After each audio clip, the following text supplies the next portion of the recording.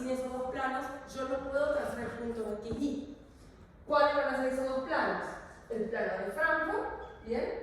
Que va de orbitario a conducto auditivo externo, como dije recién, plano de Frankfurt, borde superior del conducto auditivo externo, no hay ejemplo. Plano de Frankfurt y la vertical pterigoidea, que es esta vertical, que pasa por el punto PT. ¿Cuál es el punto PT? Es el punto más posterior superior de la fosa pterigomaxilar. Esta en forma de gotita de agua es la fosa pterigomaxilar.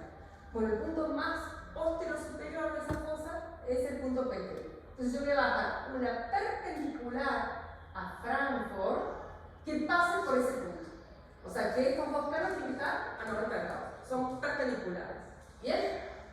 ¿Cómo voy a hacer el punto entonces aquí? Voy a tener que marcar dos puntos que van a ser marcados sobre una estructura anatómica que son el R1 y el R3. El R1 es el punto, sería el punto más profundo del borde anterior de la rama. O sea que el borde de la rama tiene como una curvatura, bien. Ese borde, esa parte más posterior de esa curvatura es el punto R1. ¿Bien? Y el punto R3 es el punto más profundo de la escotadura sigmoidea. Tenemos la escotadura sigmoidea que une la apófisis coronoide con el cóndilo. El punto más profundo de esa escotadura es el R3. ¿Bien? Entonces esos dos puntos los identificamos muy fácil. Borde más profundo o punto más profundo del borde anterior de la rama y punto más profundo de la escotadura sigmoidea. R1 y R3. Eso lo identificamos. Lo que tenemos que ahora proyectar son el R2 y el R4. Eso no lo vamos a tener tan fácil. ¿Bien? Entonces, ¿cómo vamos a hacer para marcar el R2 y el R4? Acá, no. Bien. Entonces, lo que vamos a hacer es, por ejemplo, este es el plano de Frankfurt. Yo voy a hacer que el plano de Frankfurt lo voy a ir bajando bien paralelo a Frankfurt o perpendicular a la pterigoidea hasta llegar al punto de R1 que yo marqué anteriormente. Y en el mismo plano, la misma línea, pero sobre el borde posterior de la rama, marco el punto de R2. O sea que el punto R2 estaría a la misma altura que el punto R1, pero marcado sobre el plano de Frankfurt. O sea, yo desciendo, hago descender el plano de Frankfurt, ¿bien? Y a la misma altura del R1 marco el R2, pero en el borde posterior de la rama. El R1 borde anterior, el R2 borde posterior. ¿Bien? A la misma altura que el plano de Frankfurt. Y el R4 hago lo mismo, pero esta vez con el otro plano de referencia, que es la vertical pterigoidea. Entonces llevo la vertical pterigoidea hasta que llego al R3 y ahí marco el R4 a la misma altura que el R3 sobre el borde inferior de la rama, ¿bien? Pero siempre tendrá la misma altura que la vertical pterigoidea, o sea, paralelo, en el mismo eje de la vertical pterigoidea. Entonces yo llevo desplazo a la vertical pterigoidea del R3 y ahí marco R4. ¿Bien? Entonces ahí tengo los 4 puntos ya marcados. Una vez que marco esos 4 puntos, le hago todas las líneas que van a formar el cuadrilátero.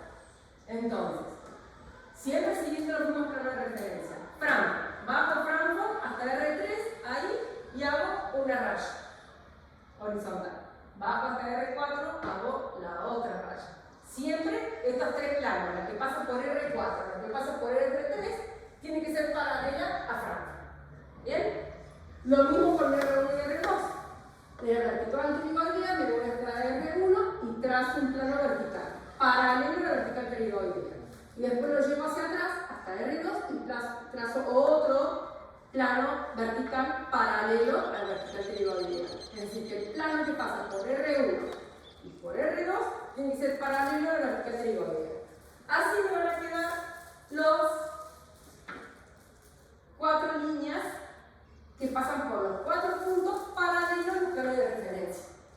Bien, una vez que yo formo este cuadrilátero, bien, uno los vértices, este vértice con este vértice, hago las diagonales, digamos, del cuadrilátero, vértice con vértice y vértice con vértice, hago la diagonal.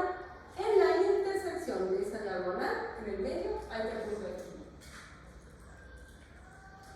¿Entendiste? Perfecto. Bien, entonces hacer el cuadrilátero, diagonal, en el centro de la diagonal, el punto de equilibrio.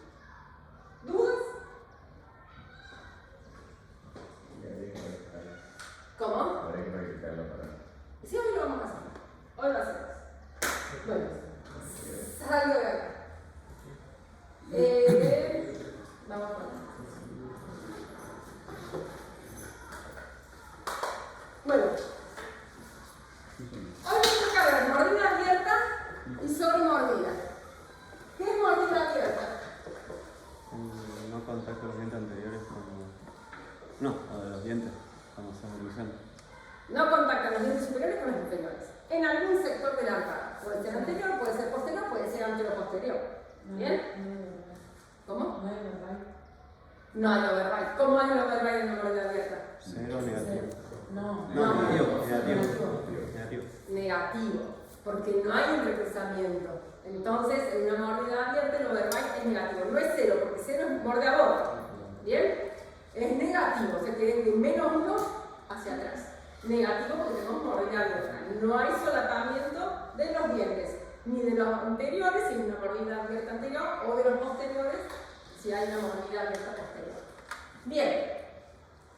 Este fue Carabelli, uno de los principales autores ortodoncistas odontólogos que estudió la mordida abierta en el año 1800, hace muchísimos años, y él definió a la mordida abierta, como dice ahí, es una mala oclusión en la cual los dientes superiores e inferiores no están en contacto. Y por lo tanto, no existe un solapamiento vertical, es decir, no existe overbite. ¿Bien? Es lo mismo que dijimos hasta recién.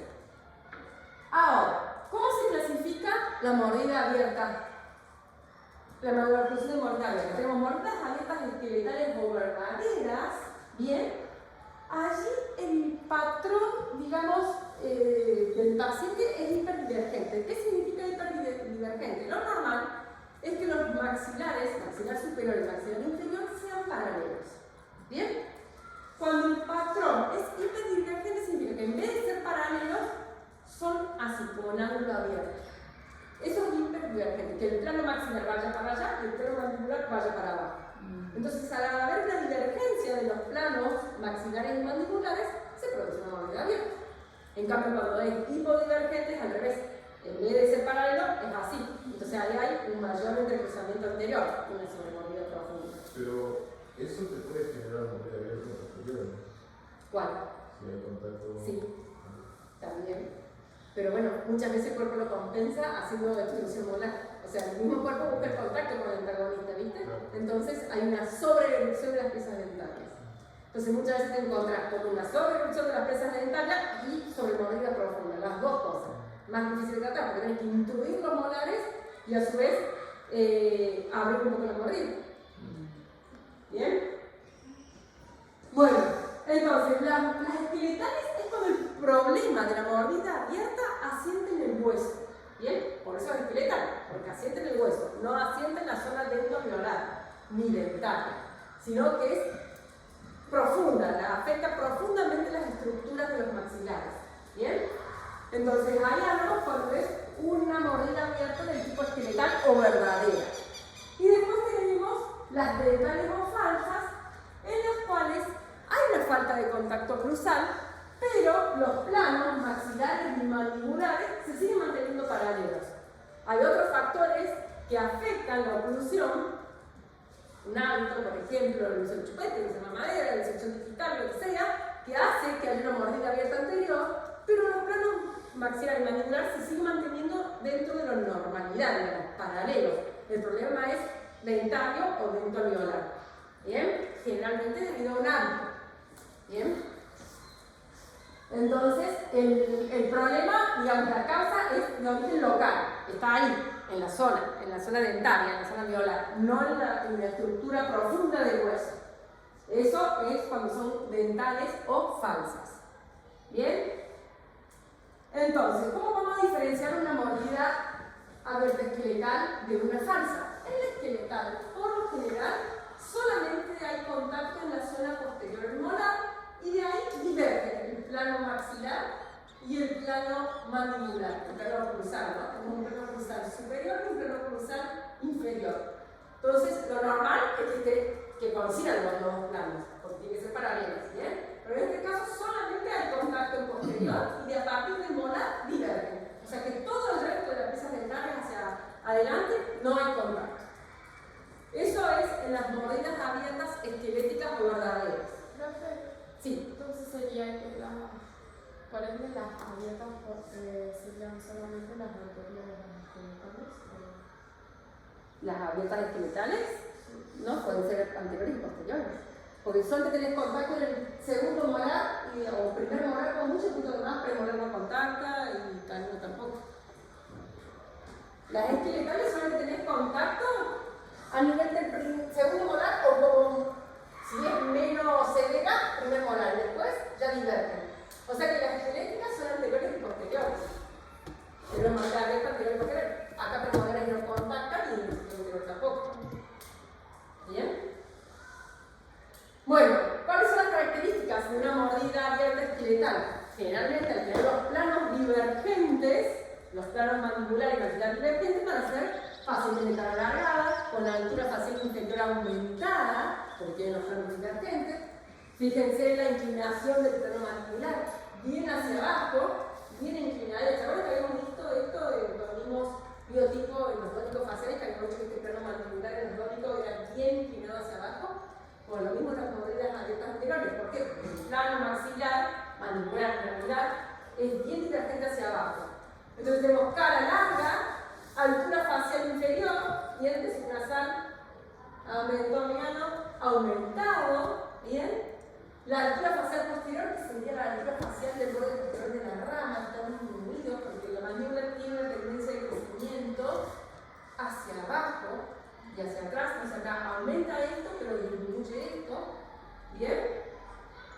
¿Y por qué hay tensiones mentonianas? Porque al tener esa mordida abierta anterior, el paciente tiene que hacer como un esfuerzo para lograr el cierre labial, porque tiene un patrón hiperinvergente, como dijimos, abierto así. Así como que le cuesta cerrar la boca. Entonces, cuando cierra, contractura todos los músculos. ¿Bien? Entonces, ¿qué tipo de mordida abierta? Ahora, usted viene la cara, ¿se pensaría que tiene una mordida abierta anterior? No. ¿Anterior y posterior en tu caso? No. Pensaría que es un paciente dónico. Por cómo se ve la fisonomía de la paciente, cara alargadita, cara mandibular inclinada, altura facial inferior aumentada, es bueno, propio de un paciente dónico facial. El tema es cuando abre la boca. Y cuando abre la boca, ya vamos a ver. Espera, se lo voy a mostrar acá. Encontramos esto. Encontramos esto. ¿Bien? Contacto, fíjense, contacta solamente acá. El 6 con el 7, porque este es el otro 6. Y de este lado, bueno, tenemos 6 con 6, pero acá hay no más. Toda esta parte no contacta del 6 queda en el aire. Premolares nada, sector anterior. ¿Cómo hace para comer? ¿Porque come solo con los molares? ¿Y come con la otra muela? No. Y todas las informaciones hechas atrás. Entonces, bien.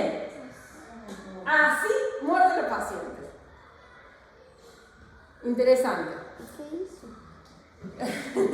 Para masticar y tomar la sopa, no sé. Puré. Se le cae la sopa. Bueno, lo que le quería decir con esta foto es que por lo general estos tipos de mordidas abiertas esqueléticas están muy conjugadas con las características propias del dónico. Maxilares superiores estrechos, en forma de triángulo, todo eso propio de los dónicos faciales, ¿bien? Apiñamientos, son realmente arcadas comprimidas, no son arcadas amplias, ¿bien? Propio de las mordidas abiertas esqueléticas. Bien, ¿y qué hacemos ahí? ¿Cómo arreglamos todo eso? Vendaje dental. ¿Cómo? En algunas personas, sí, pero en algunas no. Sí. Mi suegra tiene eso, ella se chupaba con los picos de la chiquita con los 4 dedos. Sí. Y tiene las cotas de atrás. Tenía como todo abierto. Todo muy Y abierto. nunca la hicieron tratar y hace 2 años que usó ortodoncia porque Karen Riz la tenía en Córdoba y le dijo que la única manera de resolverle directamente era la cirugía, pero no. Le tienen miedo porque le dijeron que le iban a quebrar la mandíbula y qué sé yo. Así que sigue con ortodoncia, pero sí, ella hasta el día de hoy contacta solo con los molares, le han bajado en la parte de adelante. Claro. Pero no llega. No llega, porque ya el problema es a nivel de hueso, es esquelético. A ver. Bueno, en estos casos sí, son para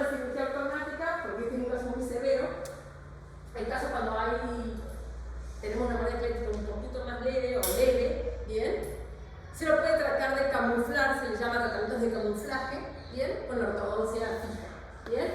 Entonces, en muchos casos se extraen los premolares, ¿bien? Se incluyen molares, se extruyen los incisivos del sector anterior, se lleva un poquito para atrás y se trata de usar mucha goma. Van engomados así prácticamente, gomas intermaxilares, no sé si las conocen, las líneas intermaxilares. Bueno, tiene que estar 24 horas con goma el paciente y para que se cierre y hasta ahí nomás. Muchas veces llegas ahí, gorda y no puedes aumentar más, o sea, no puedes mejorar más lo verbal, porque son en realidad para cirugía ortognática.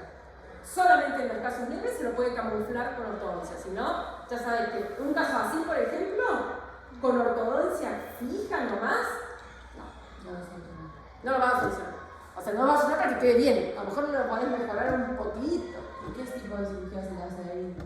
Y eso se va a cirujano maxilofacial, pero no sabía, yo no hago esa parte. Pero lo derivas con Daniel Rothschild. ¿Lo conoces a Daniel Rothschild? No. Ah, sí, uno de la uva. Es de la uva y trabaja. Creo que es ortodoncista también. Tiene Es la uva especialidad. ortodoncista, es cirujano maxilofacial. Trabaja en la uva y trabaja en la clínica dentista del grano. Ah, no sabía. Él es la dentista. Ah, tampoco sabía. Bueno, es muy buen cirujano y se dedica pura y exclusivamente a cirugía bucomaxilofacial. ¿Bien? Pero supongo que uno de ustedes va a necesitar una cirugía ortognática, ¿sí? Todos tienen miedo, pero cuando tengan algún paciente con estos casos, saben a quién derivar. ¿Bien? Lo ideal siempre, los que hacen estas cirugías, lo ideal es que sea odontólogo. Odontólogo especialista en cirugía bucomaxilofacial.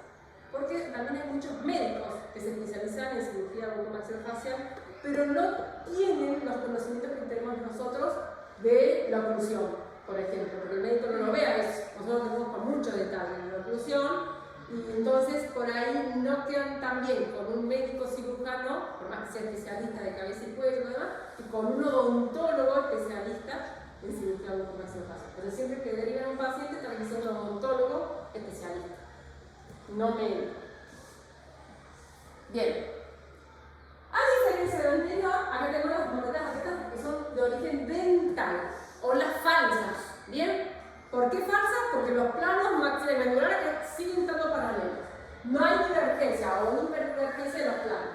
Pero ¿qué pasó? Hay contactos a partir de los caninos cerales. Por lo general son los 6 dientes anteriores. De canino a canino, ahí no hay contacto. Pero de premolar hacia atrás, sí ya hay un buen entrenamiento. ¿Bien? O sea que solamente en el sector anterior. Como muy severo puede llegar hasta premolar, primer premolar, pero no más grave, no más grave. Finalmente solamente en el sector anterior. Y este tipo de maloclusión, miren, ¿cómo lo ven el examen facial? A diferencia del otro, que es más armónico, este tiene cara alargada, altura facial inferior aumentada, etc. Acá vos le ves una cara armónica. No hay contracturas de los músculos para cerrar, para lograr el cierre labial, el perfil bien, perfil recto. No te das cuenta que tiene tanto comodidad abierta. ¿Bien? Pero cuando muerde encontramos eso. Mordida abierta, fíjense en este caso, de los 4 incisivos. El canino tiene un poquito de contacto. ¿Bien? Entonces acá el canino contacta por distal, acá contacta con el distal, o sea que la mordida abierta es de los 4 incisivos. ¿Bien? ¿Qué clase de canino molar tenemos? ¿Clase? 1. Clase 1. Entonces, ¿qué tenemos acá? Una maloclusión clase 1 con mordida abierta anterior. Así la tendrían que definir en el caso que le pregunto, ¿qué ves acá? Maloclusión. Hay una maloclusión, está presente, pero una maloclusión clase 1 con mordida abierta anterior. ¿Bien? Bueno, fíjense acá, a diferencia del otro, cómo están las arcadas. También desarrolladas. ¿Saben que el anterior tenía las arcadas estrechas, más tendencia a apiñamiento, a triangulares? En cambio acá son arcadas amplias, binomoidales, o sea que está todo dentro del equilibrio, digamos, dentro de toda la norma, la normalidad. Solamente el problema anterior. ¿Por qué se puede ver esto? Posible etiología. la interpretación de la lengua. Devolución de Devolución. No. Para mí, Dedo no. Supongo. funciona. ¿Por qué dedo no?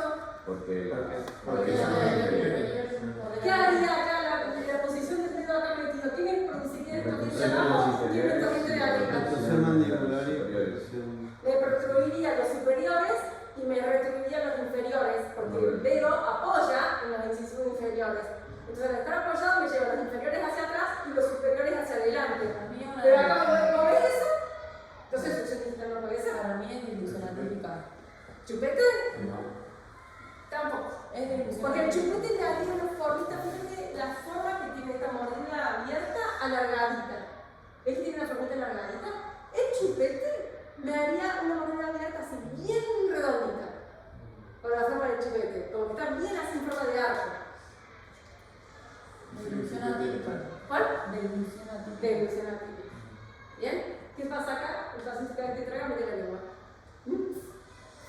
Mete la lengua. ¿Cuántas veces tragamos por día? De 1800 a 2000. 2.000, 2.500, 3.000, entre esas veces. ¿Bien? 1.800 a 3.000, más o menos, en ese promedio. Entonces imagínense que toda esa cantidad de veces está metiendo la lengua. ¿Listo? Que produce mordida abierta. No se lo trata a tiempo. Lo ideal sería que se hubiera tratado cuando fue la chica, que es una dentición primaria o mixta, pero acá no tenemos una dentición permanente. ¿Cómo lo trataríamos? ¿Cómo lo trataríamos? ¿Qué tipo? No, Fija, pero por por eso así la mandíbula. en conjunto. Siempre van paralelos los tratamientos. Entonces, yo empiezo, le coloco brackets, bien, arriba, abajo, la mando fonoaudióloga, mientras hace las sesiones fonoaudiológicas, acá, aparte de los brackets, ligas intermaxilares, elásticos intermaxilares y cierre. ¿Bien? Siempre y cuando se deje con la lengua. Por eso va en conjunto con la fonoaudióloga. Las ligas me van a cerrar la mordida. Si las usa bien las ligas, ¿cuál es el tiempo de uso de las ligas intermaxilares? 24/7, es decir, 24 horas al día, 7 días a la semana. Solamente se la retira para comer. Termina de comer, se cepilla los dientes, se la tiene que volver a poner. ¿Bien? El uso de ligas es 24/7, siempre.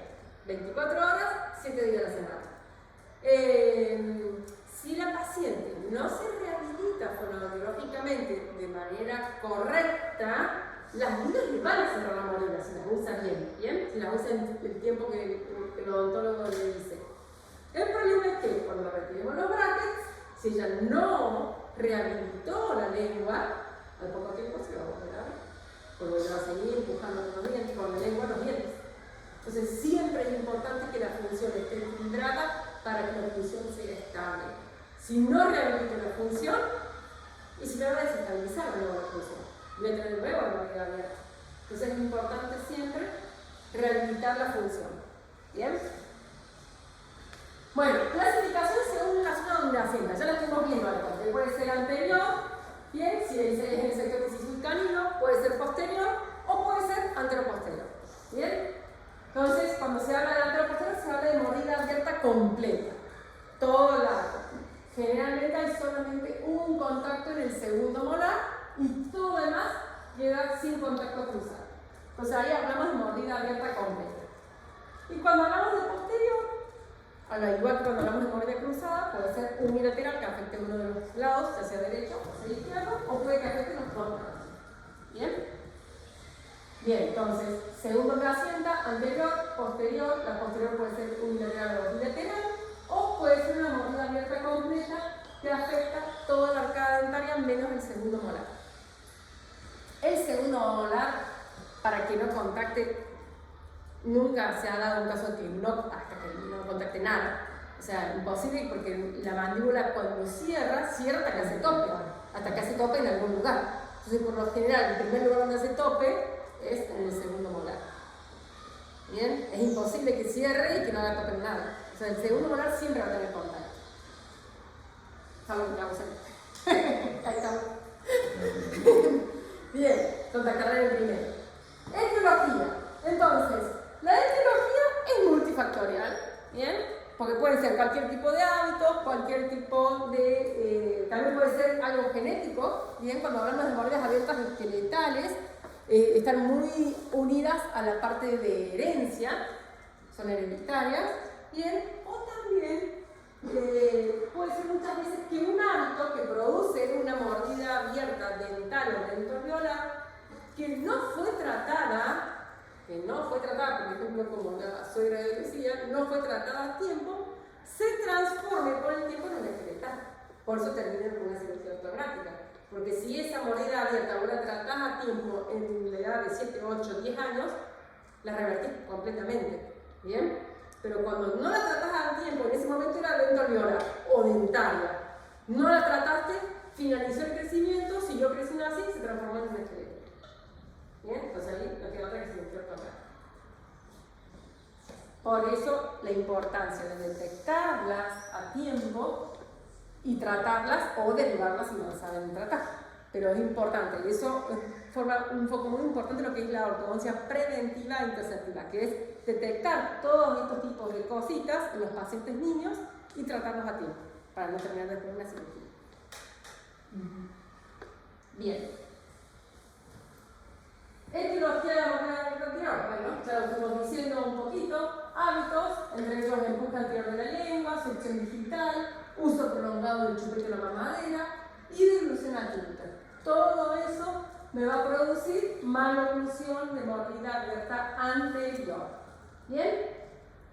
Aunque algunas veces esta succión digital también me puede llegar a producir, de acuerdo a la posición que el niño pone el dedo, me puede producir también una mordida abierta posterior. Porque hay muchos que en vez de poner acá adelante, los ponen los dos dedos acá, acá. Entonces, digamos, el espacio intercruzal entre los molares de un lado, o del derecho o del izquierdo. O sea, tener los dedos constantemente acá y produce mordida abierta posterior también. ¿Bien? Lo que es la sección digital, de acuerdo a donde se coloque el dedo, es la mordida abierta que produce.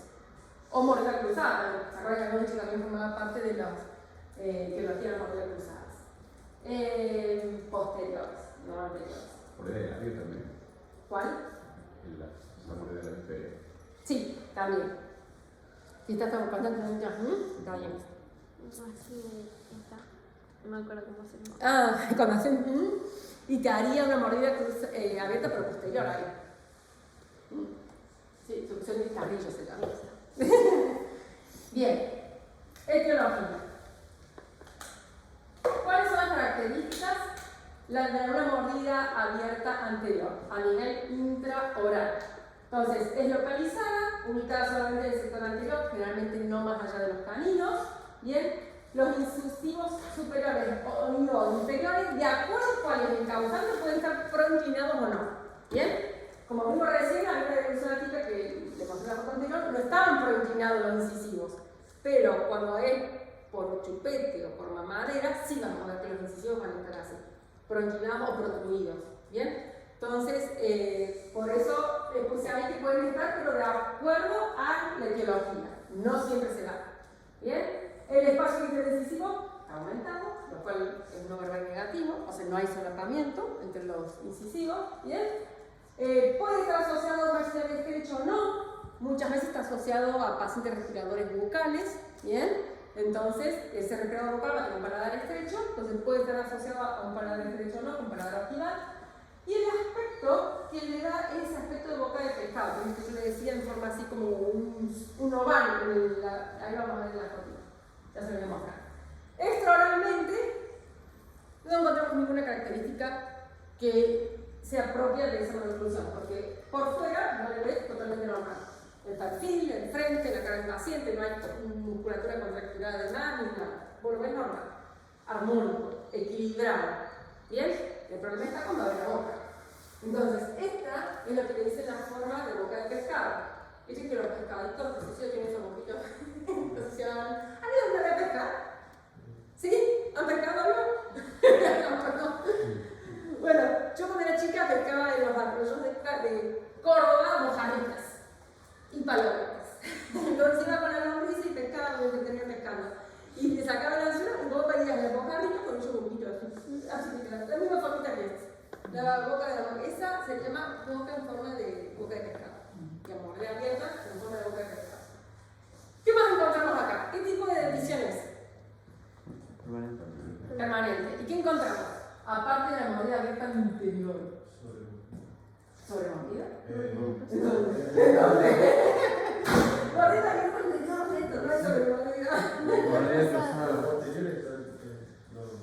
cruzada de Inferior premolar. afuera.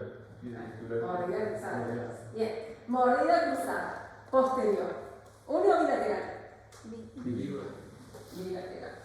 Muy bien. Bueno.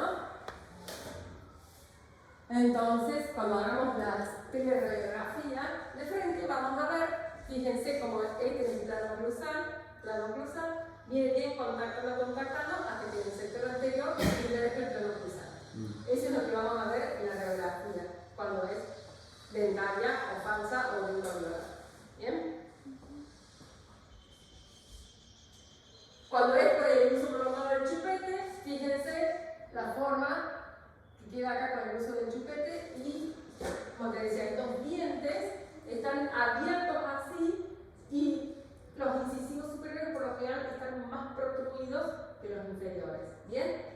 Esto por mordida, por uso del chupete, disculpa. Mordida del anterior y también encontramos una mordida cruzada posterior. Fíjense acá. El molar inferior está por vestibular del molar superior. ¿Bien? De aquel lado, la coronita no se nota, pero de este lado sí.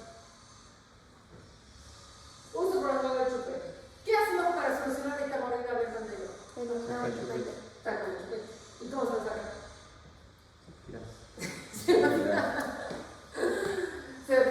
Se lo tirás.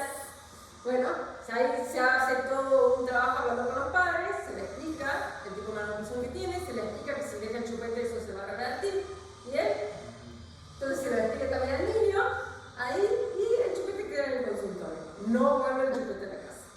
¿Bien? Cosa que el niño no tenga chance de que allá en la casa haga, no sé, una pataleta porque quiere el chupete de nuevo y contar que se calle y le den el chupete. No, o sea, el chupete queda en la casa. Y se le dice a la mamá, vente, que si tiene varios chupetes, que los haga desaparecer. ¿Bien? ¿Hasta qué edad es reversible el tema del chupete? Y claro, se cerró el chupete y se dijo la mano. Bueno, la idea es que no. Le cortas la mano. No, la idea es que no. Que vos se saca el chupete. Realmente, el niño que succiona el chupete tiene tan arraigado delante del chupete que no se chupete. Y el que se chupa el dedo es porque nunca se agarra el chupete. Entonces, el niño de bebé necesita la succión. Es, digamos, algo innato en los niños, la succión. Y es algo que le produce placer, que le produce relajación para poder dormirse. Precisamente cuando se van a dormir, que se le pone el chupete, la cuna, y no se duermen, porque ellos succionando se relajan. Les genera placer y se relajan. El tema es que cuando los niños no agarran el chupete, por X razones, bien, ¿qué hacen? Agarran el dedo, porque ellos necesitan succionar. Hasta los 2 años necesitan succionar. Después de los 2 años ya no. El chupete está bien, pero solo para dormir. El chupete está bien hasta los 2-3 años como máximo. ¿Bien? Lo puede usar para dormir o lo puede usar en algún momento del día que esté medio chinchudo o lo que sea, se lo puede dar sin problema. Pero hasta los 2 o 3 años. Más allá de los 3 años, no. Porque hasta esa edad no produce muchas modificaciones en la movilidad, no produce movilidad abierta bien, o si la produce es muy leve, que cuando vos lo tirás, solo se revierte. Así que no es que no hay que darle el chupete. Sí, muchas veces es necesario hacerlo, ¿bien? Pero hasta no más de los 2 o 3 años. Y ahí sacamos chupete. El problema es cuando está con un chupete a los 5 o 6 años. Tienen 5 años, van a dejar nunca el chupete cuesta. Ahí tenemos el problema.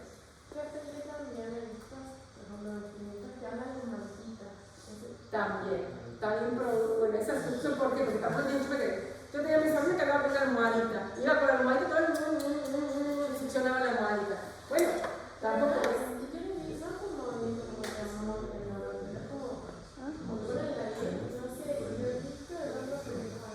Y es como que hacen la succión del chupete, pero sin el chupete. Hacen la misma gesticulación y ponen la misma todo, como si chuparan el chupete, pero sin chupete. Le pongo la levita. Sí, bueno, aquí se ve la succión de los bebés. Bien. Succión de dedo. ¿Se acuerdan que les dije recién? Hay una protrusión de los dientes anteriores, o sea, hay un aumento de qué.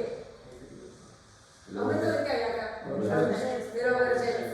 ¿Por qué? Porque el dedo apoya acá. Entonces produce que los dientes superiores se protruyan, los dientes inferiores se retruyan. ¿Bien? Un aumento de resalte. Puede o no haber aplanamiento, Y la parálisis facial, generalmente en estos niños con problemas con la alerta anterior, cuando son muy chiquitos, ya sea por chupete, por dedo, vos no lo notás cuando vos tenés la boca cerrada. Lo notás cuando te la boca, porque es un problema de alveolar en el sistema anterior nada más. Bien, ¿cómo lo tratamos a todo esto? En caso de que tenga algún problema de hábito, se lo deriva a la fonoaudióloga, una derivación típica, una época anterior de la lengua, bien, se lo derivamos a la fonoaudióloga para que haga el tratamiento. Nosotros podemos ayudar con ciertos aparatitos, que yo se los voy a mostrar, para que le ayude al niño a mejorar esa postura de la lengua, bien, pero siempre en conjunto con la fonoaudióloga. Número 1. Número 2. Si es chupete, ya dijimos, sacamos el chupete. Si es mamadera, sacamos la mamadera. O sea, no hay mucha ciencia en eso. Generalmente cuando ya sacamos lo que le produce la maloclusión, revierte. La situación revierte. ¿Bien? Pero es importante explicárselo a los padres y explicarle todo lo que le puede llegar a producir en el caso de que no abandone el hábito al niño o que el padre, la madre diga no. A mí me es cómodo, tengo 3 chicos, me es cómodo darle una mamadera a cada uno, acostado, y yo mientras tanto me voy preparando para irme a trabajar, entonces le es práctico a ella. Pero no se da cuenta de que le va a producir una maloclusión que después va a ser peor. Entonces hay que explicar todo eso a las mamás, a los papás, a todos para que lo vayan sabiendo. ¿Bien? Entonces siempre eliminar el hábito y fonoaudiología. Eliminar el hábito y fonoaudiología. Las dos cosas. ¿Bien? Bueno, vamos a ver. Estas son lo que se llaman rejillas linguales. Bien, estas rejillas linguales pueden ser fijas o pueden ser removibles. ¿Cuándo yo voy a elegir algo fijo o algo removible? ¿Cuándo? Cuando está No, creciendo, no. por el crecimiento. No, Si es más severo. más fácil todavía, recuerdo. No, según si el paciente es colaborador o no. Por eso yo decía la edad, sí. Bueno, pero eso no depende mucho de la edad. Vos podés tener un chico de 10 años y es 0 colaborador. ¿Bien? Entonces, y puede tener un nene de 5 años y es re colaborador. Entonces, depende del paciente. Hay pacientes que son más colaboradores, que están dispuestos a usar un aparato removible y son responsables y lo usan y lo tienen todo el tiempo en la boca. Y hay pacientes que no. Que vos debes hacer el aparato removible a lo mejor y lo tienen 1 hora por tiempo, que el resto está por ahí en cualquier lado el aparato. Entonces, ¿de qué va a depender si yo pongo algo fijo o algo removible? Si el paciente es colaborador o no. Si usted lo ve motivado para hacer tratamiento o no. ¿Bien? Si no está motivado y no es colaborador, vamos a fijo. Vos te asegurás que la pones en boca. En cambio, si vos ves con un paciente dócil, que es colaborador o demás, puede darle algo removible. ¿Bien? La función es la misma. O sea, vamos a tener, en este caso, que son removibles, son una plaquita de acrílico, bien, que va de palada, con ganchitos Adams, bueno, ustedes no van a ver después una autopediatría, porque han tenido una de tus clases de autopediatría, ¿no es cierto? Bueno, ya van a ver estos tipos de aparatitos. Es un arco vestibular, bien, que va por todos los incisivos, una ombliga, se le llama, que va a la altura de los caninos, que es esta ombliguita, bien, y este tipo de gancho que se llama gancho Adams, y son los ganchos que van en los molarcitos primarios, bien, para que hagan ombligas claras. Y además tiene este enrejado, por así decirlo, bien, en el sector anterior, por detrás de los incisivos superiores. ¿Para qué? Para tenerlos más hacia la posición normal. No, en realidad no es para llevarlo a ningún lado. Porque En realidad es un recordatorio para el niño. ¿Bien? En el caso de que tenga interposición lingual o depresión atípica, va a frenar que la lengua se meta entre los dientes. No va a poder el paciente meter la lengua entre los dientes porque va a chocar contra la rejilla. ¿Bien? Entonces de esa manera va a mantener la lengua siempre atrás. No la va a mantener cada vez que trae y no la va a llevar hacia adelante. ¿Bien? se va a aprender a tragar. Va a aprender a tragar a la fuerza. O sea, a la lengua atrás o a la lengua atrás. Va a tragar con la lengua atrás. ¿Bien? Siempre acuérdense que va con el tratamiento fonoaudiológico. O sea, que él ya sabe cómo tiene que posicionar la lengua, en qué lugar, dónde la tiene que poner. Y esto le va a ayudar a eso, a que pueda poner una buena postura en la lengua cada vez que le grite. ¿Bien? Y número 2, en el caso, por ejemplo, que sea un paciente con succión digital, al tener el niño cuesta desarraigar un hábito. Entonces el niño va a tender a meterse el dedo en la boca. Pero cuando se mete en la boca y choque con la rejilla, es como un recordatorio, por así decirlo, de que no se tiene que meter el dedo en la boca. Entonces choca con la rejilla, se me tengo que poner el dedo. Así, y así. Entonces de esa manera desarraigamos un poquito el hábito. ¿Bien? Entonces, rejillas removibles. ¿Bien? Pueden ser con este tipo de enrejado así, o puede ser con una bolita de acrílico ahí que va girando.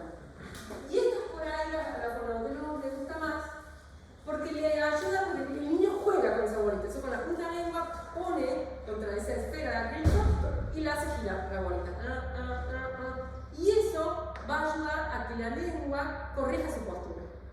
Porque va a poner la punta de la lengua constantemente en esa bolita, que es donde tiene que ir realmente la lengua, y no contra los incisivos.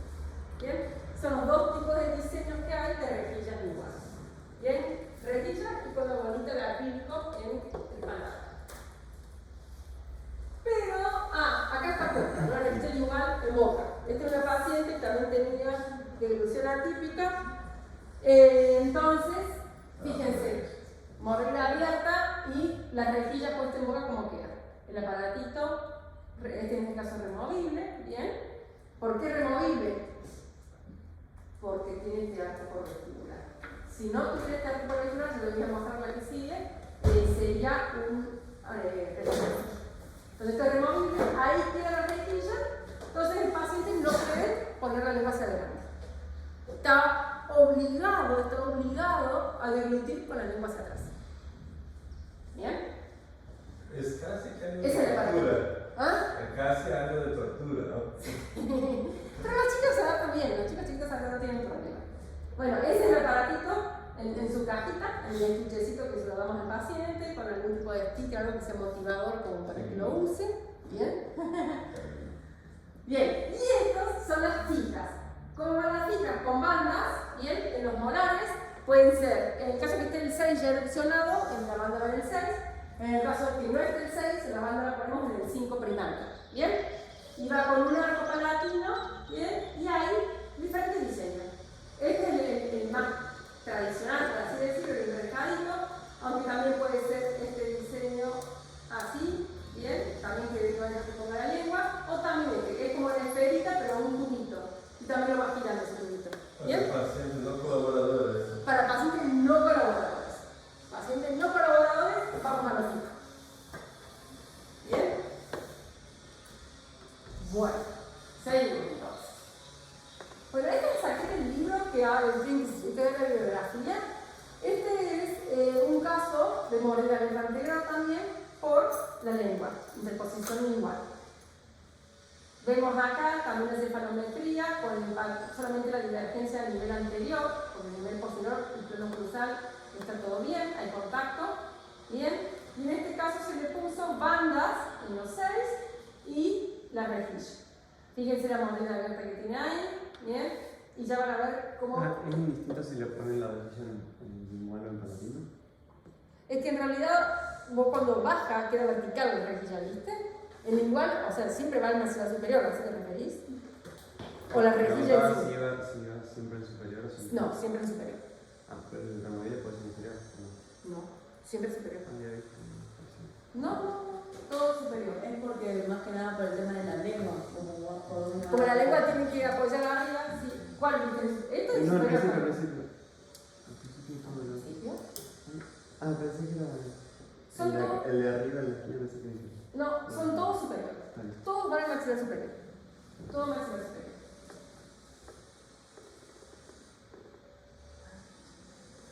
Bueno, entonces ahí tenemos la rejilla lingual instalada, fija, bandas en los 6 y la rejilla lingual, arco palatino y rejilla lingual. Y fíjense, con solo el uso de la rejilla lingual, porque sin bracket, el paciente como se le cerró la mordida.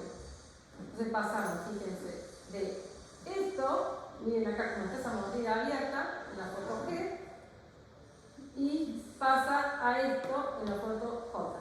Solamente con el uso de la rejilla lingual. Pero la rejilla no toca digamos, el fondo, o sea...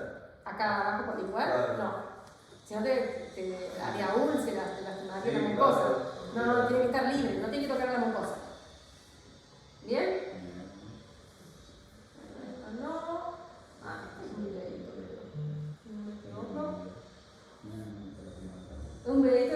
es el uso de la rejilla, como se la mordida abierta, anterior, la lengua como se mete cada vez que traga.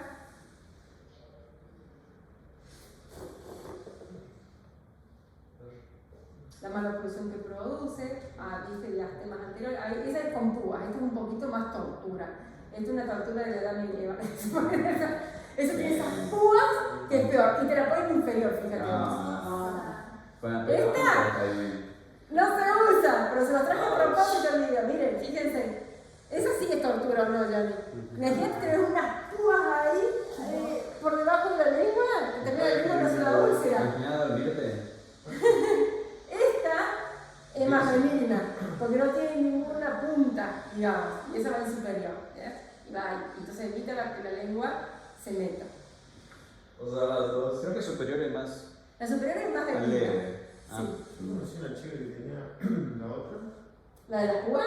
No, era parecida, pero era de paladar. Ajá, sí. Y hablaba todo. Habló de todo, ¿sí? Porque dice hasta que la lengua se acostumbre. Eso lo hacemos, profe, en práctica, por ejemplo, el niño que yo estoy atendiendo en pediatría tiene una mordida anterior leve y no tiene ni por qué. Eso solamente parte por la evolución atípica. ¿Será que era él?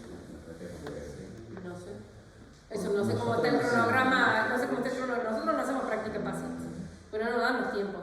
Esto es un tratamiento que lleva tiempo. Vos tenés que colocar el aparato y controlarlo por lo menos 6, 8, 10 meses. Y nosotros nos dan los tiempos para hacer clínica, porque tenemos 4 meses de clase más. Hay que recordar ese comporte. Sí, pero Jorge, cuando llegó no tiene nada que ver, porque los packs ya fueron hechos antes. Ah, sí. Entonces no se los puede modificar. ¿Y en pediatría? Y en pediatría no sé. Capaz de ser uno, ¿eh? Ahora hay que preguntarle a Sandra, que era titular o directora, a Sandra Fetolini, a ver si van a hacer algún tipo de aparatito. Porque ellos nos hicieron. No. El tema es que lo tienen que colocar medio temprano. Sí, media hora.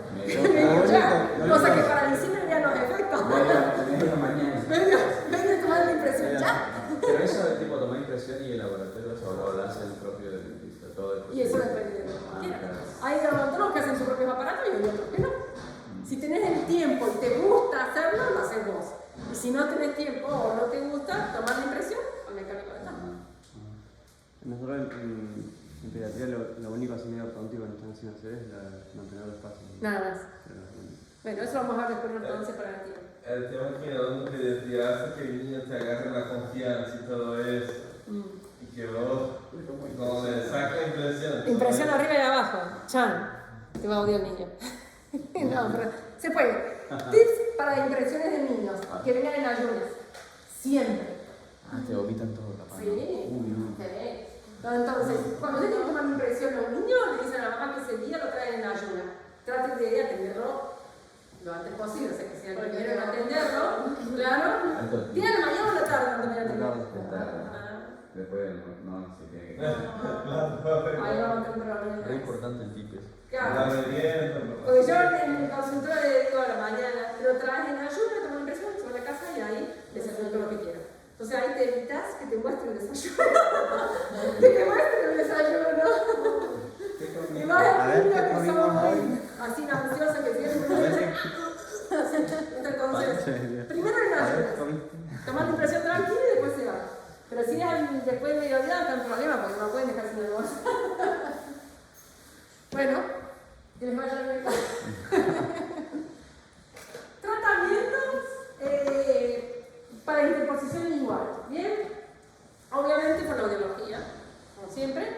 Y en otros tipos de aparatos, aparte de la rejilla, igual, ¿bien? Esos son aparatos que se llaman aparatos ortopédicos. Y ahí tenemos el bionatos, el clamp, que es el que más se utiliza, digamos, y los bloques gemelos o twin block. Estos bloques gemelos o twin block se utilizan cuando, aparte de la mordida abierta anterior, tenemos una maloclusión clase 2. ¿Bien? Estos bloques gemelos o twin block sirven para adelantar, por eso un adelantamiento de la mandíbula, cuando tenemos retrusión mandibular. O sea que tenemos mordida abierta más clase 2. Ahí usamos los twin block o bloques gemelos, que consisten en dos placas, una superior y una inferior, de acrílico. Bien, ya las voy a ver en un ratito. Y se ponen las dos placas juntas en la boca. Bien, el biodato es un aparato bimaxilar, es decir, que incluye la parte de arriba y la de abajo, los dientes superiores e inferiores. Fíjense, tiene todo un bloque de acrílico en todo lo que sería pegado a las caras palatinas individuales de los dientes superiores e inferiores. ¿Para qué? Para evitar que meta la lengua el paciente. Bien, entonces con este aparato intermaxilar evitamos la interposición lingual por un lado y por el otro lado, en el caso que tengamos un maxilar superior estrecho, bien, fíjense que tiene acá arriba un arco palatino, se llama, o cofén palatino. Bien, este cofén palatino o arco palatino se lo activa, es decir, se lo abre. Agarramos con unos alicates especiales, lo pinzamos y el arco se abre. Al abrirse ese arco, va a producir una expansión de los maxilares. ¿Bien? Esto, entonces, cuando tenemos asociado la mordida abierta anterior con maxilares estrechos, usamos el bionato, porque además de evitar la interposición lingual, activamos el arco y produce expansión maxilar. ¿Bien? Este es el plan. El plan, a diferencia del otro, no tiene acrílico en el sector anterior. ¿Se acuerdan que el anterior... A ver, sí, un segundo. ¿Cómo? El biodato se tiene toda una pantalla de acrílico, todo, incluido el sector anterior. El plan, no, tiene solamente el acrílico en los laterales, en los dos laterales, derecho e izquierdo, pero en el sector anterior no lleva acrílico, sino que lleva alambre. Y así hacen diferentes diseños. Puede ser un diseño como este, así con una forma de U acostada, o pueden ser dos alambres cruzados, así como está acá en forma de cruz. ¿Y eso para qué serviría? Para evitar la interposición lingual. ¿Bien? Son diferentes diseños, pero cumplen la misma función. ¿Estamos?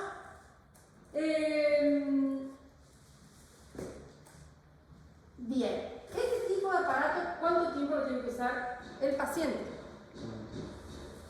Lo tiene que usar unas 16 horas por día.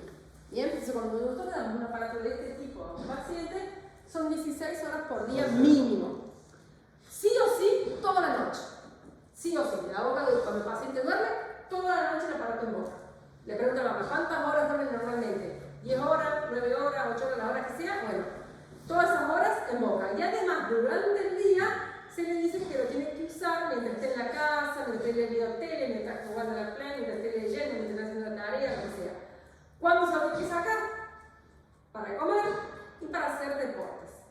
¿Bien? El resto del tiempo, mientras más tiempo lo use el paciente el aparato, más rápido vamos a meter los efectos.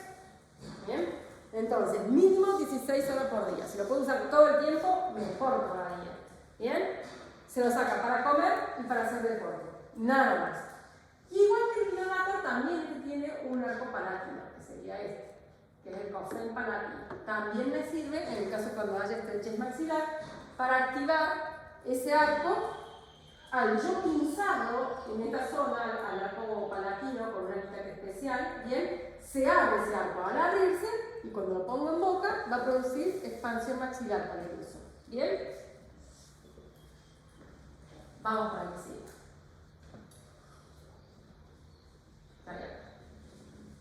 Un casito clínico con un plan puesto en boca. Fíjense, mordida abierta anterior, bien, también por interposición igual. El plan puesto, ahí atrás no sé si se sabe, están los alambres que cruzan. Bien. Así queda el aparato puesto en boca.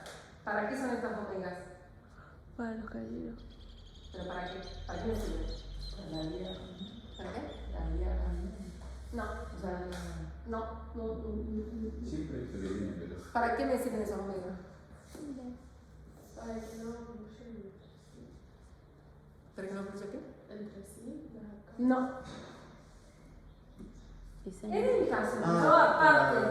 Atraer los antiposiciones para poder Exacto. ajustar. Cuando yo tengo los incisivos protruidos, además de la mordida abierta, y yo necesito que esos incisivos se palatinicen o se vayan hacia atrás, ¿qué hago? Agarro un alicate de puntas planas, cierro este omega, le hago presión acá con las dos puntas del alicate y lo cierro. Al cerrarlo, me va a quedar más ajustado el alambre con las caras vestibulares de los dientes. Y al ajustarle, esa presión va a hacer que los dientes que están protruidos los suba hacia atrás, los protruye, ¿bien? O los alaciniza. Entonces, ¿para qué me sirve? En el caso solamente que tenga protrusión. Si no tiene protrusión el paciente, el diseño ya viene así, con las ómicas puestas. Si es necesario, el odontólogo lo usa o no. Si tiene protrusión, activamos esta ómica, la cerramos con el alicate, ajusta el contra los dientes y me lleva hacia atrás.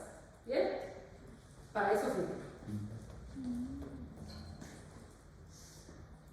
Bien, y entonces con el uso del plan, fíjense cómo le cerró la mordida. Solamente con el uso del plan.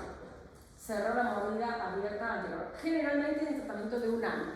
Todos estos aparatos ortopédicos, la duración de tratamiento son 12 meses. ¿Bien? Si el paciente es colaborador y lo usa bien, en 12 meses se resuelve.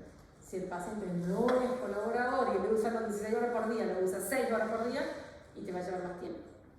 Te va a llevar 2 años más. ¿Bien? Pero todo dependiendo del paciente. Bien, mordidas abiertas esqueléticas. ¿Cuáles son las características? Hasta recién vimos todo dentro alveolar. Las esqueléticas son las que no tienen solución, digamos, en el caso cuando son muy severas, que van a cirugía ortognática. ¿Bien? Entonces, características intraorales. Apiñamiento de los incisivos puede ser leve o puede ser más severo. ¿Bien? Los incisivos van a estar bien verticales. Al no tener solapamiento, no va a haber overbite, bien, los incisivos medio que se quedan verticales. La inclinación normal de los incisivos no es que estén verticales así.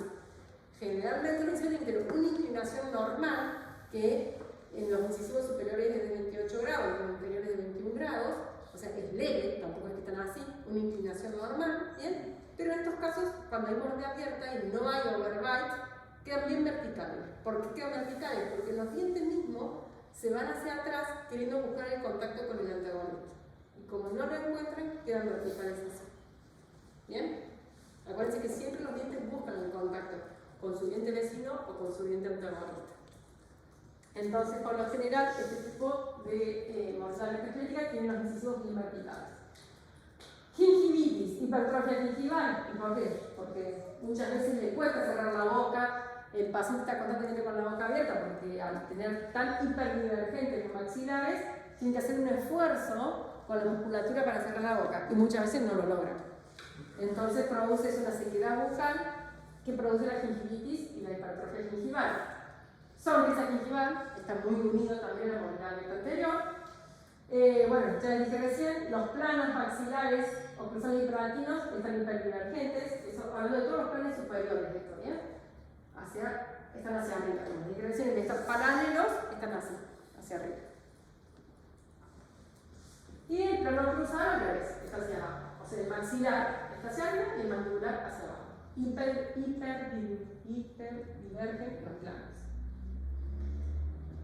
Bien, externalmente, lo vimos también un poquito al comienzo, cara larga, de un aumento de la altura facial inferior, labios incompetentes, les cuesta cerrar la boca, el ángulo del plano mandibular está aumentado, es decir, que está descendido hacia abajo. Normalmente puede haber una mandíbula corta, porque es muy propio de los pacientes dolicofaciales. Hay un exceso maxilar vertical. Esto se debe a que cuando hay sonrisa gingival, cuando el paciente sonríe y queda una sonrisa, una porción del tejido gingival se ve muy expuesto, es debido a un exceso de crecimiento en sentido vertical del maxilar superior. Entonces ese exceso también produce estas mordidas abiertas esqueletales. ¿Bien? Bueno, y lo que dije ya lo de los planos que divergen. Bueno, ¿cómo lo vamos a tratar en adultos? Esto, en el caso, esto que dice acá de ortodoncia, en el caso que sea leve. ¿Bien? Como dice acá abajo, en casos muy severos, directamente va a cirugía ortognática. ¿Cómo lo vamos a tratar con ortodoncia? ¿Qué queremos hacer? Producir una intrusión de los molares, para que acá adelante se pueda cerrar un poquito la mordida, y también intrusión de los molares y extrusión de los dientes del sector anterior, para que de esa manera podamos cerrar la mordida. Elásticos intermaxilares, siempre en mordidas abiertas, los elásticos van desde el comienzo del tratamiento. Coloco los acá arriba, coloco los acá abajo y gomas intermaxilares. Todo el tratamiento. ¿Bien? En algunos casos es necesario extraer premolares, no siempre, eso depende del maxilar superior si es muy estrecho o no. Y también actualmente se ayuda mucho con lo que son los microimplantes. ¿Bien? Ya ahora le vemos una fotito de cómo se los coloca y para qué. Bien. Mordida abierta. Dentición permanente. Paciente adulto. Acá hay contacto del primer molar, ya el segundo premolar no contacta, aunque pareciera que sí, no contacta, y de ahí para allá no contacta. Bien, acá contacta el primer molar, el segundo molar tiene un contacto leve, el segundo premolar, disculpen, y de ahí hacia adelante no contacta nada. Bien, mordida abierta esqueletal. Ahí tenemos la radiografía panorámica, planos divergentes y la radiografía, disculpen, la radiografía y la panorámica. Me sirve para hacer ustedes. Sí, acá tenés para hacer la cirugía de los terceros molares. Bien. Los planos inclusales ahí no se ven paralelos.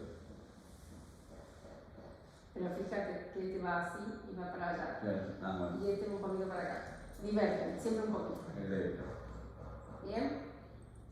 Y bien acá. Esto es lo que les quería mostrar con las barras palatinas. Esto que se ve acá, que cruza todo el paladar, se llaman barras palatinas. Bien.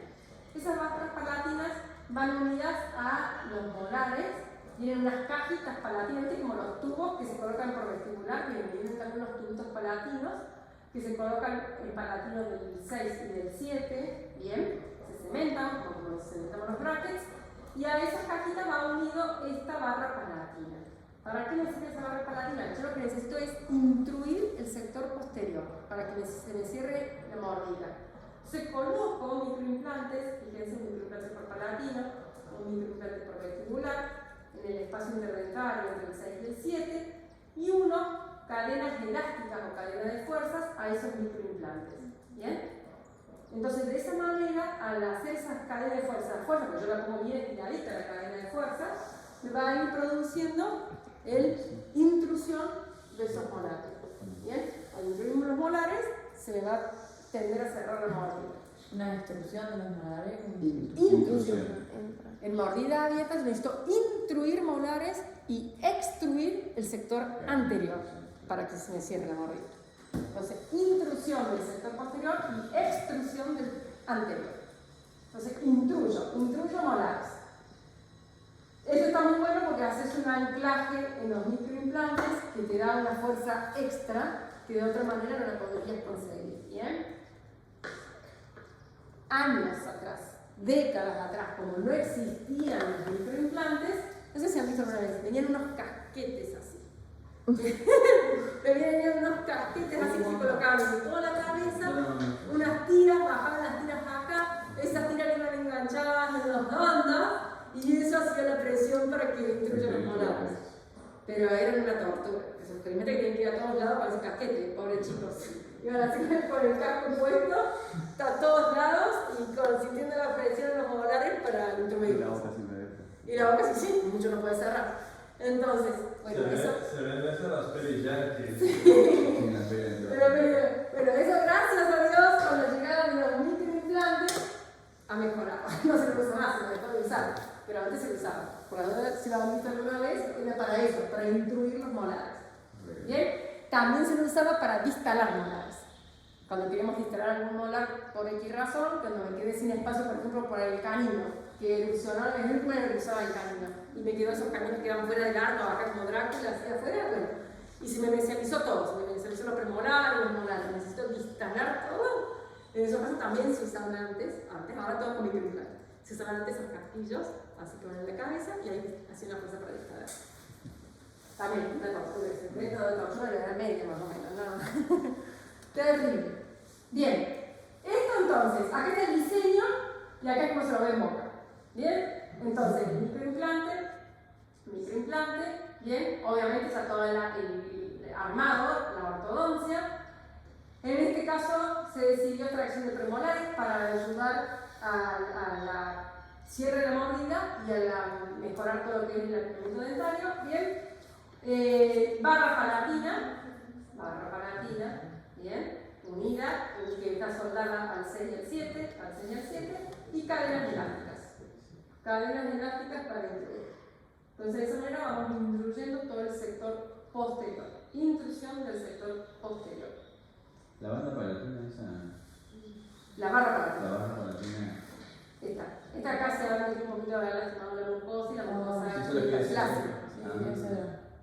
Sí. Otra forma que había antes también, fíjense que esta barra palatina está bien adaptada, digamos, a lo que sería el paladar. ¿Bien? Otra forma que se hizo, o sea, primero eran los casquetes, como les expliqué recién. Antes de los microimplantes, entre el casquete y los microimplantes, se creó Gosgarian, inventó esta barra palatina. ¿Bien? Gosgarian era un ortodoncista. Entonces, en este caso el arco está bien adaptado a la pared del paladar. Pero antes, cuando no teníamos los microimplantes, lo que hacía que esta barra quede a la altura de casi el plano oclusal, un poquito más arriba, a la altura de los tubos palatinos, ahí dejaba la barra palatina. ¿Por qué? Porque cada vez que vos deglutís, ¿qué haces? La lengua hacia el paladar. Entonces, deglutías, subías la lengua. Cuando vos subías la lengua, apoyabas en la barra, hacías una fuerza sobre la barra y esa barra producía la intrusión del molar. Pero el paciente venía, sacaba la lengua y tenía toda la impresión de la barra en la lengua, porque imagínate que deglutimos un montón de veces por día, sacaba la lengua y tenía toda una impronta así de la barra palatina en la lengua. Y la lengua venía con ulceraciones, con aftas y todo lo demás. ¿Bien? Sí. Un carcinoma tenía en cuanto a tragar. Día de lengua. Día de lengua. Levantando la Las barra. cadenas. Si son cadenas elásticas, cadenas de fuerza.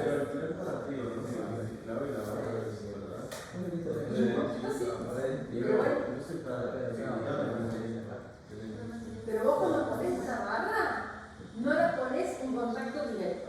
Bien, acá ya he hecho un contacto, o sea, esto ya se ha introducido un poco. Por eso vos cuando pones la barra, dejás unos 2 milímetros más o menos entre el paladar y la barra. A medida que se va instruyendo, esa barra va a ir subiéndose, digamos, se va a ir elevando, se llegar al contacto con la mucosa palatina. Entonces ahí ya sabés vos que tenés que sacar la barra, volverla a doblar, la doblás acá en estas patitas con una alicate especial y la volvés a bajar un poquito más. Y así hasta que intruya lo que vos quieras, hasta el nivel que vos quieras intruir. ¿Bien? Sí, porque si no, lo terminás perforando toda la mucosa palatina. ¿Bien? Bueno, como les decía, la dejaban, se llamaban barras palatinas bajas. Esta sería una barra palatina alta porque contacta con la mucosa. Pero la otra eran barras palatinas bajas y se intruían los molares por la fuerza que hacía la lengua sobre la barra y a su vez esa barra intruía. ¿Bien? Con los microimplantes, eso ya no se lo usa más. O sea que viene con la lengua sana los pacientes. Ese elástico que tienes del microimplante, Este. ¿se cambia periódicamente? Todos los meses. Todos los meses. Cada vez que viene el control del paciente se lo cambia. Todos los meses. ¿Bien? Tengo acá. Bien. Ah, bueno. Y ahí queda casi terminada. Está bueno. Intrusión de molares, intrusión de molares, extrusión de los incisivos. ¿Bien? Profe, ¿y se vuelve a reconstruir todo? ¿No quedan bolsas periodontales? O no queda descubrimiento del cuello. Depende. Depende de la higiene del paciente, depende del control que vos tengas de las fuerzas. Acuérdense que siempre con fuerzas biológicas leves no tenemos problemas periodontales. Ahora, si vos estás haciendo una fuerza mayor a la soportada por el ligamento periodontal y vas a terminar teniendo pérdida de inserción. Y vas a tener recesiones gingivales, pérdidas de hueso, del Pero en rebote. realidad, si vos destruís un diente, por ejemplo, si lo haces con fuerzas biológicas leves, Acompaña. la Se produce una remodelación ósea en el alveolo y va acompañando. ¿Bien? Siempre que sean fuerzas biológicas. Bueno, este es un paciente de una mordida abierta posterior. En este caso, fíjense que tenemos contacto anterior, tenemos contacto acá en este molar, pero en todo ese sector no hay contacto. ¿Bien? ¿Cuáles son las posibles causas? Hábito de empuje lingual, pero en este caso el lateral, se mira al costado constantemente. Bien.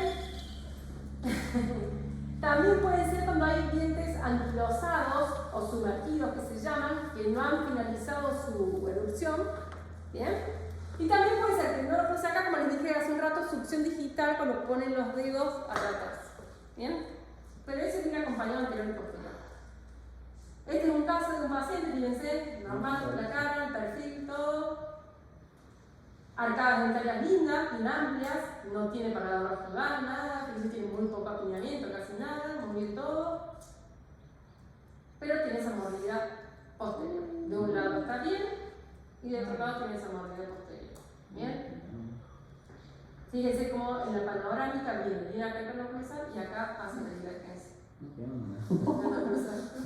Me costó caer el hábito, ¿viste? De meter la lengua. ¿Bien? Ahí tenemos otro 8 para sacar. Un 8 para sacar, otro 8 para sacar, otro 8, otro 8. Bien. ¿Cómo lo solucionamos? También es brackets, ligas intermaxilares.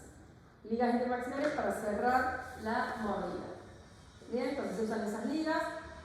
En este caso, primero lo que se trata es llevar un poquito los molares hacia el vestibular para que cuando yo produzca el cierre de este sector me quede bien la oclusión. Por eso son gomas cruzadas que se llaman, van desde palatino superior a vestibular inferior. Lo que hago es llevar hacia el vestibular esos molares un poquitito y después ya van todas las gomas por vestibular para asentar la mordida o cerrar la mordida. ¿Bien? ¿Ves? Todas gomas intermaxilares. Gomas intermaxilares, 24 horas, 7 días de semana. Camino eso le quedó así porque como que lo bajó mucho, ¿no? ¿A cuál? Como retracción. ¿Acá arriba? Sí. Ahí cuando le haces una fuerza exagerada. Sí. Y ahí te queda la mordida cerrada.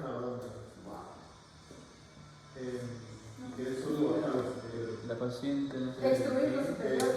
No, ¿Los decisivos atrás? Tiene una adolescencia, pero más o menos 2/3 de la raíz. Es hasta arriba, arriba.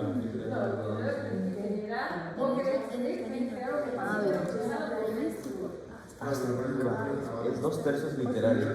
¿Quién? La paciente de la yo no quería decir su nombre igual. ¿Paciente que me No, está bien. Pues solo se llama un anclaje, depende de lo que vos, el límite que vos no querés que se mueva. Yo no quiero que se mueva el inferior. ¿Qué hago? Un anclaje. ¿Cómo hago ese anclaje? Hago un arco igual. Pongo aparte de los brackets además, pongo las bandas en los 6, un arco igual que va unido, todo por igual, ¿bien? Van los brackets aparte y ese arco igual te hace el anclaje. Y evita de que se extruya, que se extruya. O en el caso también quieras hacerlo al revés, se llama, es como un arco igual, pero van y se llama botón de Nance. Ya lo van a ver más adelante, lo vemos en preventiva, en la ortodoncia preventiva y intersectiva. También van bandas en los 6 y va todo un arco palatino, ¿bien? Y ahí ancla ese molar, lo sujeta para que no se extruya, para que se mueva y extruir el inferior. Todo depende de cuál es lo que quieren extruir. Bien, finalizado el caso. Listo. Creo que con esto terminamos. Ahí está mi bibliografía, para que la busquen y la estudien.